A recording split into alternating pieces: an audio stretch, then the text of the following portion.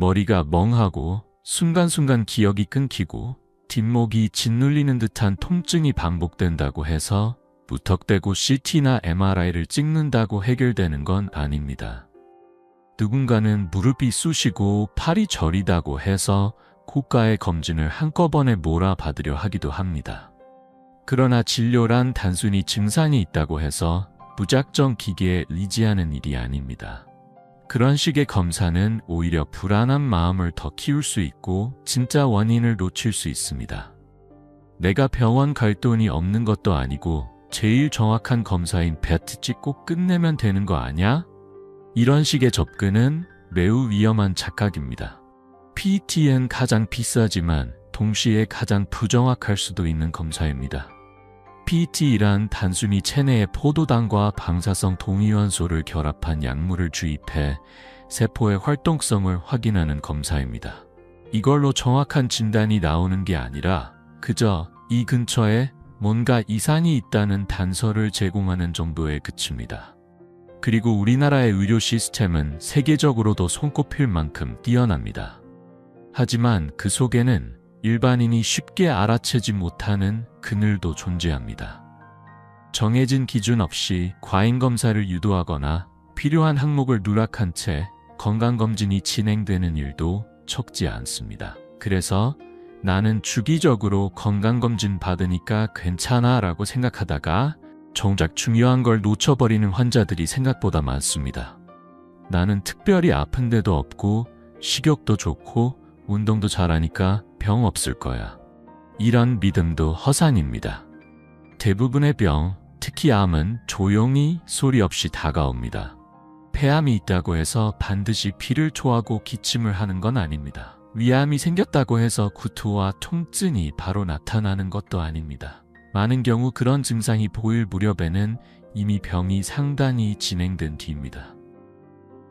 우리 병원에서 진료하는 환자 10명 중 9은 말 그대로 우연히 건강검진 중 발견됩니다. 그저 피검사 하나 받으러 갔다가 아무렇지 않게 찍은 초음파나 CT에서 문제가 드러나는 거죠. 항암 치료를 받는 환자들의 경우 매 치료마다 기본적인 혈액검사를 합니다. 그런데 이 혈액검사 항목을 모두 모아놓은 참고 서적은 사전만큼 두껍습니다.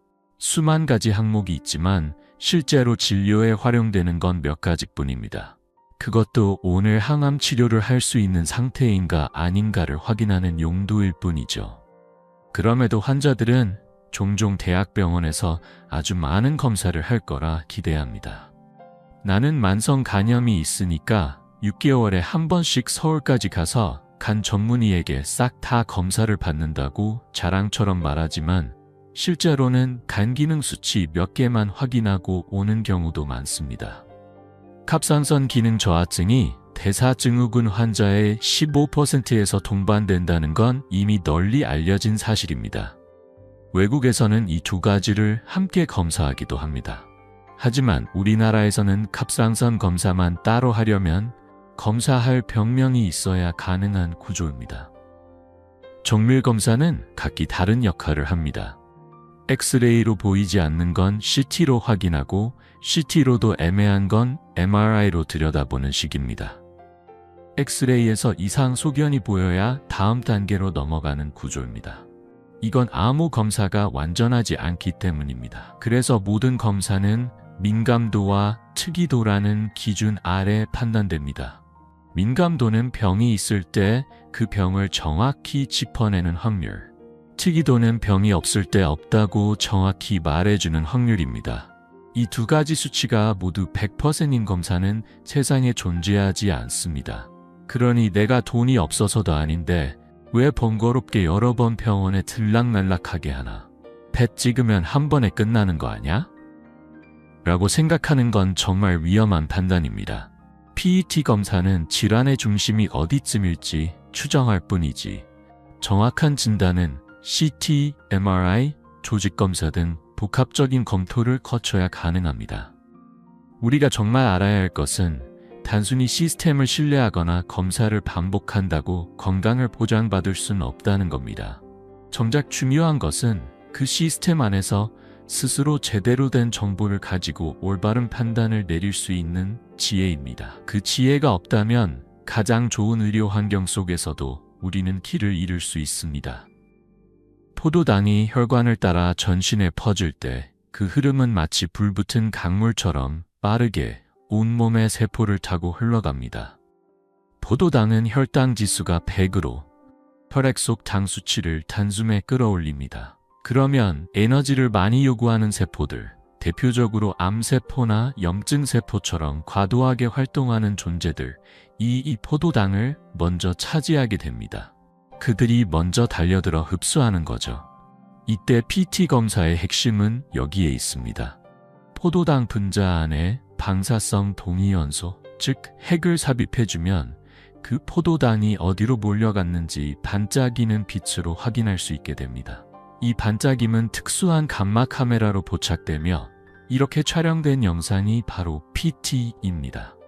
하지만 이 영상만으로는 어떤 조직에 문제가 있는 건지 정확히 알 수 없습니다. 예를 들어 특정 부위가 반짝였다고 해서 그게 뼈 때문인지 힘줄 때문인지 아니면 피부 조직의 문제인지 단정 지을 수 없죠. 그래서 PT 영상과 정밀한 3차원 CT 영상을 겹쳐서 분석하는 PET-CT가 개발된 겁니다. 이 기술을 통해 여기 반응이 있는 게 뼈 구조 때문이구나, 혹은 염증이 아니라 종양 가능성이 있네 같은 판단이 가능합니다. PET는 본질적으로 광범위한 탐색을 위한 도구입니다. 말하자면 이 근처에 뭔가 수상한 게 있어요 라고 기침해주는 정도죠. 그 이상은 아닙니다. 이후에 조직 검사 같은 정밀한 절차를 거쳐야만 정확한 진단이 가능합니다. 우리 집안에 암 환자가 많고 나도 불안해서 매번 건강검진 때마다 PET-CT를 찍어야 할 것 같아요. 이런 심정은 이해되지만 실제로는 영상의학이나 혈액검사로 파악할 수 있는 데에는 한계가 존재합니다. 특별한 의심 소견이 없는 상태에서 PET를 반복하는 것은 비효율적일 뿐 아니라 불필요한 방사선 노출과 막대한 비용만 남깁니다. 비슷하게 흔히 오해하는 또 하나는 허리가 뻐근하고 다리가 당기며 팔이 저려서 CT랑 MRI 다 찍어야지 라는 식의 접근입니다. 그럼 어떻게 될까요? 검사비가 기하급수적으로 올라갑니다. 건강검진 항목은 기본적으로 보험이 적용되지 않기 때문에 모든 비용을 본인이 부담해야 하죠. 정작 필요한 경우는 다릅니다. 담당 의사가 증상이나 기본 검사 결과를 보고 이건 일반 엑스레이로는 부족하니 CT나 MRI로 더 들여다봐야겠다는 판단을 내릴 경우 그때는 의료법상 검사를 진행할 수 있습니다. 근육통이 있거나 가끔 허리가 뻐근하다고 해서 무작정 고가의 영상을 찍는 건 실익보다 불안만 키우는 선택일 수 있습니다. 또 하나, 가끔 머리가 띵하고 멍해지고 기억이 가물가물해. 두통도 자주 있어. 이러니까 뇌 CT나 MRI를 찍어야겠어. 이런 판단 역시 조심해야 합니다. 영상의학 검사는 구조의 이상을 잡아내는데 초점이 맞춰져 있습니다. 즉, 뇌에 덩어리가 생겼다거나 출혈이 있다는 식의 명확한 형태적 변화가 있을 때 의미를 가집니다. 기억력 저하나 인지장애, 간헐적인 두통은 대부분 뇌 구조의 이상과는 무관한 경우가 많습니다. 물론 큰 종양이 자라 압력을 높여 두통이 유발될 수는 있지만 그 정도라면 한쪽 눈이 움직이지 않거나 말이 어눌해지는 등의 신경학적 증상이 함께 나타납니다. 이런 경우에는 신경과 의사의 진료를 통해 판단 후 영상검사를 진행해야 하죠. 하지만 뇌 MRI나 MRA는 조금 다른 이야기입니다. MRA는 뇌혈관을 살펴보는 검사로 뇌혈관의 변형이나 동맥류 같은 이상을 찾을 수 있습니다. 동맥류는 전체 인구의 약 23%, 즉 4,050명 중 1명꼴로 나타납니다. 문제는 이 동맥류가 특별한 증상 없이도 존재한다는 겁니다. 그러다 어느 날 아무런 경고 없이 뇌혈관이 마치 풍선처럼 부풀었다가 터져버릴 수 있습니다. 이럴 경우 뇌출혈이 생기고 생명이 위태로워질 수 있습니다. 그래서 단 한 번이라도 뇌 MRI나 MRA를 촬영해보는 건 생각보다 매우 유익합니다. 그리고 심장, 자신이 고혈압이 있거나 평소와 달리 심장이 쿵쾅거리는 걸 느낀다면 그건 그냥 넘어가선 안 되는 신호입니다. 대부분의 사람은 자신의 심장 박동을 인식하지 못합니다. 그런데 어떤 날 심장이 두근거리고 때로는 멎을 것 같은 느낌이 든다면 그것은 부정맥일 수 있습니다. 혹은 숨이 가쁘고 계단 몇 개만 올라가도 숨이 턱 막힌다면 심장이 제대로 펌프 역할을 못하고 있을 가능성이 있습니다. 이런 경우에는 심장 초음파 검사가 필요합니다. 하지만 아무런 증상이 없는 사람이 그냥 궁금해서 심장 초음파를 받는 건 실질적인 의미가 없습니다. 마지막으로 위내시경. 위내시경은 통상적으로 35세 이후부터 정기적으로 받기를 권장합니다. 특히 한국처럼 위암 발병률이 높은 나라에선 30대 중반 이후부터 매년 정기적으로 검진을 받는 것이 권장됩니다. 실제로 위내시경을 받은 사람의 절반 이상에서 위염이나 위축성 위염 같은 이상 소견이 발견되곤 합니다. 이처럼 검진은 단순히 비싼 검사나 많은 항목을 받는다고 해서 건강을 보장해주는 것이 아닙니다. 내 몸의 상태, 증상, 가족력, 그리고 가장 중요한 의료진과의 신뢰에 따라 필요와 목적에 맞게 정교하게 선택되어야 합니다. 그렇게 할 때 비로소 진정한 의미의 예방과 조기 발견이 가능해집니다. 위장을 괴롭히는 습관, 늦은 밤 폭식, 짜고 매운 음식, 습관적인 음주, 이런 것들이 반복되다 보면 위는 조용히 상처 입기 시작합니다. 특히 위축성 위염이나 장상 피화생처럼 세포 구조의 변화가 일어나는 상태는 장기적으로 암으로 이어질 수 있는 위험한 신호입니다. 그래서 위내시경은 적어도 해마다 한 번씩은 꼭 받는 것이 좋습니다.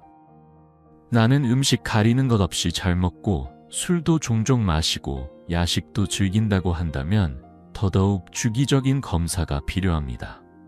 반면 대장내시경은 많은 사람들이 간과합니다. 국가 차원의 건강검진 항목에도 빠져 있을 정도로 제대로 된 관심을 받지 못하고 있는 실정입니다. 다만 만 54세부터는 대변 잠열 검사를 통해 대변 속에 피가 섞여 있는지를 확인하는데 여기서 이상이 발견되면 그제야 대장내시경을 진행합니다. 하지만 문제는 여기에 있습니다. 잠열 반응이 나올 정도면 이미 대장암이 상당히 진행되었을 가능성이 높습니다. 지금 우리나라는 대장암 발병률이 세계 1위입니다. 그만큼 심각하다는 말이죠. 게다가 이제는 20대 젊은 층에서도 대장 용종이 발견되는 사례가 늘어나고 있습니다. 학회 권고에 따르면 대장 내시경은 35세 이후부터는 5년 간격으로 한 번씩 받아야 하며 52세 이후 처음 받은 검사에서 아무런 이상이 없었다면 5년 뒤에 재검을 해도 늦지 않습니다.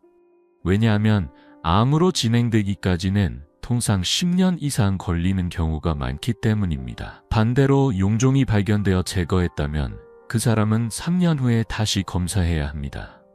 고지혈증이 있고 당뇨도 있고 비만에 고기랑 술을 즐기며 가족 중에 대장암 병력이 있다고요? 그건 고위험군입니다. 그런 경우라면 해마다 대장내시경을 받는 것이 좋습니다. 실제로 용종을 한번 떼어낸 사람들 중 다수는 2년 내에 다시 생깁니다. 심한 경우 10개 이상 생겨 정기적으로 제거해야 하는 환자도 있습니다. 유방 건강 역시 간과해서는 안 됩니다. 우리나라 유방암의 특징은 치밀 유방이 많다는 것입니다. 특히 젊은 연령대에서 유방암 발병률과 재발률이 높습니다. 겨우 21살에 왼쪽 유방암이 발병했던 환자가 있었어요. 그런데 40년이 지난 61세에 이번엔 오른쪽에서 암이 발생했습니다. 그리고 수술 후 4년이 채 되지 않아 재발했죠. 이처럼 유방암은 시간이 지나도 또 반대쪽에서 혹은 같은 자리에서 다시 찾아올 수 있습니다. 젊은 유방암 환자일수록 정기적인 관리가 중요하다는 뜻입니다. 다음은 갑상선입니다. 한때 우리나라 40대 이상 여성의 60%가 갑상선의 결절을 가지고 있다는 조사 결과가 있었습니다. 그만큼 흔한 질환이지만 결코 가볍게 넘길 수 있는 문제가 아닙니다. 결절이 발견되면 학회에서는 매년 초음파를 통한 추적 검사를 권장합니다. 하지만 현실은 다릅니다. 이거 혹시 나중에 암 되는 건가요? 지금은 괜찮지만 암으로 발전할 가능성도 있으니 내년에 다시 검사 받으세요. 이런 말을 들으면 많은 환자들이 그날부터 밤잠을 설칩니다. 하지만 막상 내년에 돌아오는 사람은 드뭅니다. 그래서 한 원로 교수님은 이렇게 말하셨다고 합니다. 지금 보이는 결절은 암이 아닙니다. 하지만 그 옆에 숨어있는 결절이 문제일 수 있어요. 그러니 반드시 매년 확인하세요. 이렇듯 정기적인 검사는 불안을 줄이는 것이 아니라 생명을 지키기 위한 방법입니다. 갑상선암은 조기 발견만 되면 거의 완치가 가능합니다. 하지만 한번 수술을 받으면 방사선 치료가 잘 듣지 않고 뚜렷한 항암제가 없어 치료의 선택지가 제한적입니다. 재발할 경우 방사선 동위원소 치료를 반복해야 하고 어느 순간부터는 더 이상 손 쓸 수 없게 됩니다. 그러니 초음파로 미리 확인하고 결절이 있다면 매년 없더라도 4~5년마다 한 번씩 검사를 받는 것이 안전합니다. 폭부 초음파도 마찬가지입니다. 비만이 있거나 간 수치에 이상이 있는 사람이라면 1년에 한 번씩 복부 초음파를 받는 것이 좋습니다. 초음파는 방사선 노출이 없고 단순히 복부에 기기를 갖다 대기만 하면 간, 담도, 췌장, 심장까지 다양한 장기를 동시에 살필 수 있는 효율적인 검사입니다. 최근 들어 급속히 증가하고 있는 것이 바로 전립선암입니다. 특히 50대 이후 남성에게 흔하게 나타나는 전립선 비대증이 전조처럼 자리 잡고 있기에 이 또한 무시해서는 안 됩니다. 몸은 말보다 먼저 진실을 알려줍니다. 다만 그 목소리는 작고 조용하기에 우리가 먼저 귀를 기울이고 찾아봐야 합니다. 그렇게 조용히 시작된 병일수록 조기에 발견했을 때의 생존율은 기적에 가깝습니다. 그러니 지금의 평온이 영원할 것이라 착각하지 마세요. 건강은 늘 점검받아야 지켜낼 수 있는 것입니다. 전립선은 나이가 들수록 점점 조용히 몸속에서 변화를 일으킵니다. 50대 남성의 절반, 60대는 60%, 70대는 무려 70% 이상이 전립선 비대증을 겪는 것으로 알려져 있습니다. 겉으로는 별다른 증상이 없을 수 있지만 그 안에서는 조용히 병이 자라고 있을 수 있죠. 게다가 비대증만으로 끝나지 않고 그 속에 암세포가 숨어 있을 가능성도 있기 때문에 50세가 넘는 남성이라면 전립선 초음파 검사를 꼭 받아보아야 합니다. 비대증이 있으시네요. 이렇게 진단을 받았다면 단순히 넘기지 말고 적어도 1년에 한 번은 정기적으로 초음파 검사를 통해 상태를 점검해 보는 것이 안전합니다. 아무리 영상 장비의 해상도가 발전했다고 해도 1mm 이하의 미세한 종양은 쉽게 포착되지 않기 때문입니다. 정기적으로 병원을 찾는 이들은 작은 변화에도 민감하게 반응하고 1.3mm 정도의 아주 작은 병변도 발견되는 경우가 있습니다. 반면 건강검진은 본질적으로 스크리닝, 즉 거칠게 훑는 수준의 검사입니다. 때문에 집중해서 하나하나 들여다보기는 어렵습니다. 혈액검사는 그와 다릅니다. 피는 거짓말을 하지 않죠. 수치는 정확히 결과로 드러나고 변화가 있으면 수치로 나타나기 때문에 비교적 신뢰도가 높습니다. 그러나 초음파나 CT 같은 영상검사는 해석에 따라 달라질 수 있습니다.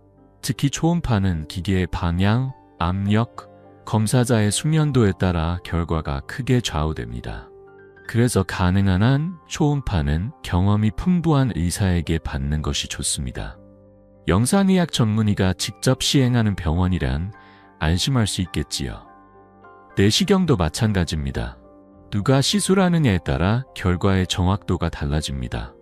단순히 장비가 좋다고 끝나는 게 아니라 그 장비를 다루는 손의 숙련도 또한 중요한 요소입니다. 또 하나 중요한 것은 시기입니다.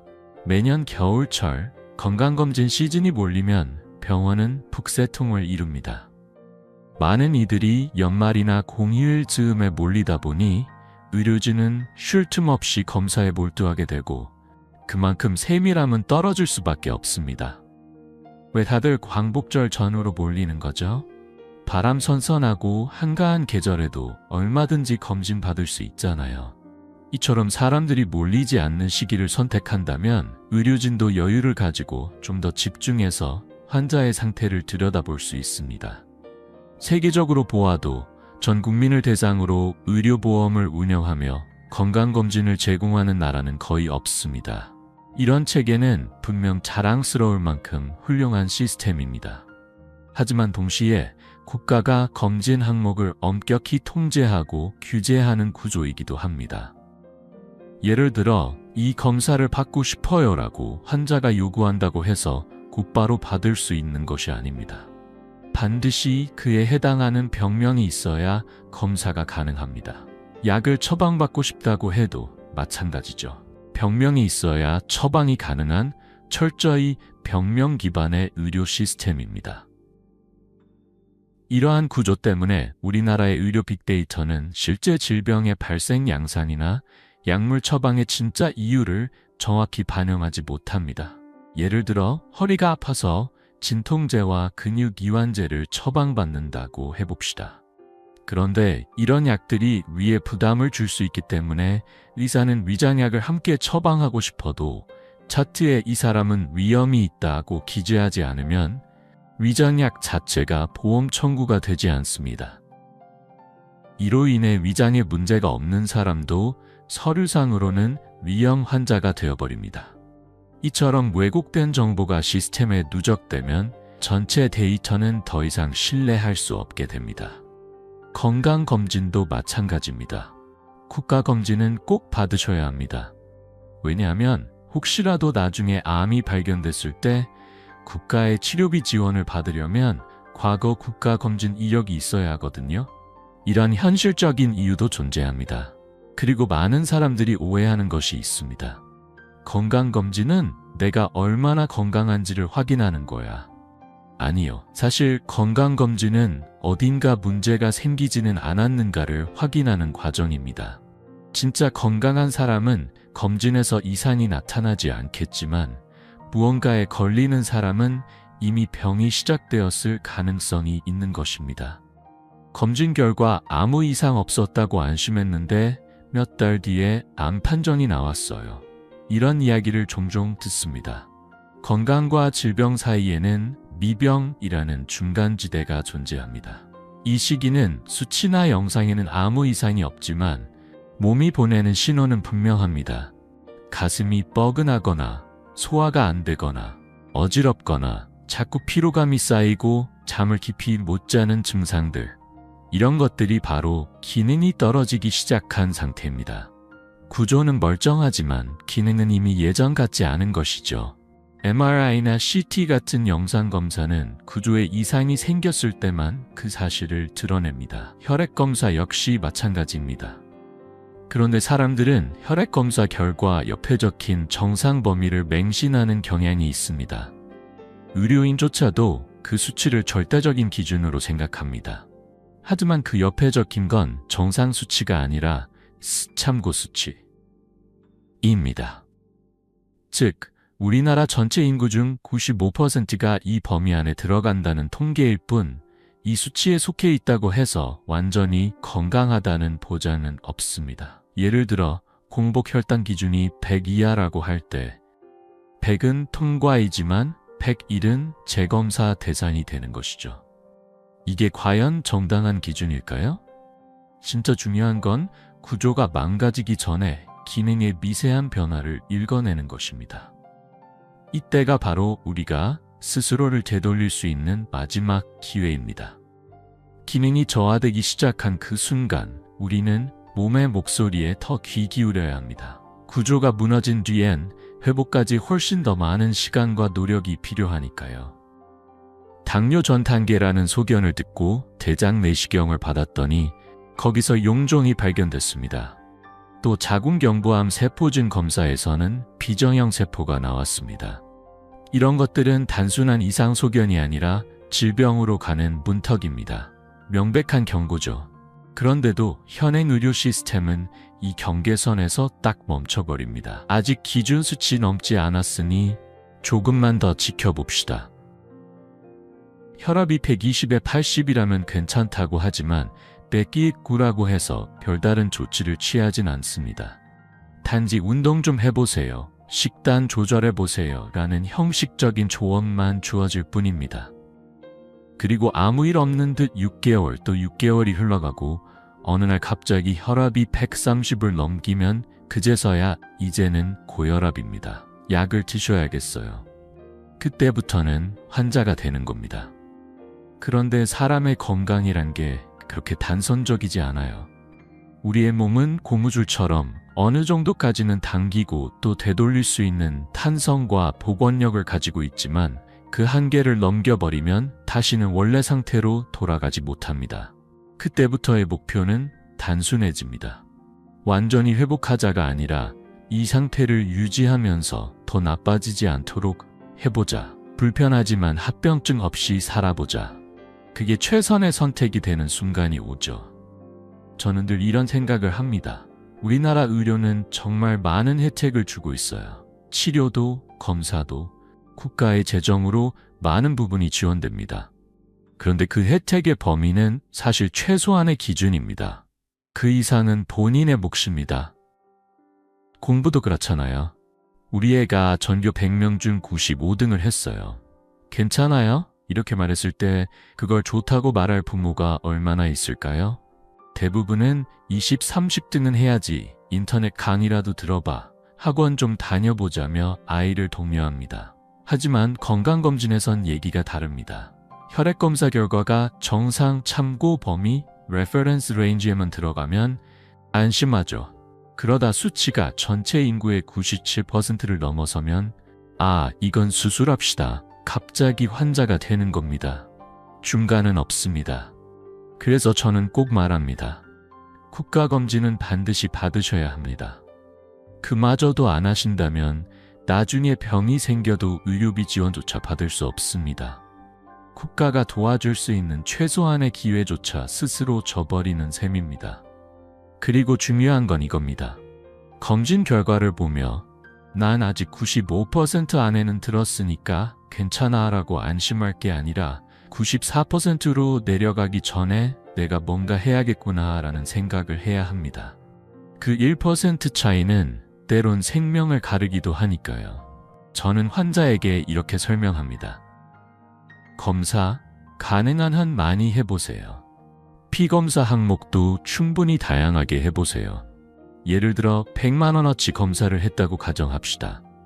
그럼 우리나라에서 흔하게 발병하는 상위 10개 질환에 대한 검사를 한 거예요. 이 중에서 아직 확실한 증거가 없다는 뜻일 뿐 병이 없다는 뜻은 아닙니다.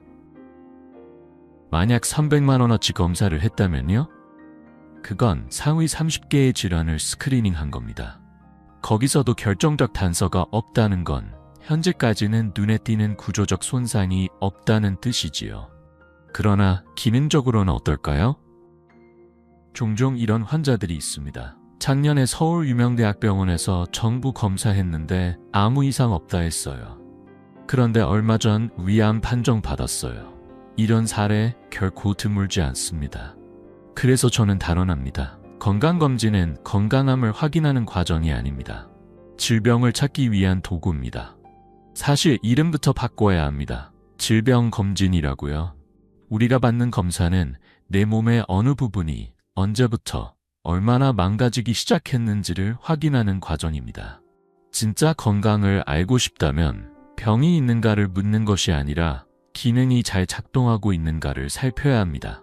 예를 들면 소변검사는 색, 비중, pH, 혼탁도 등 다양한 요소를 통해 신체 기능의 단서를 엿볼 수 있습니다. 하지만 혈액은 어떨까요? 단순한 수치 이외에 색, 점도, 흐름, 세포의 활동성 등을 종합적으로 보는 검사는 거의 없습니다.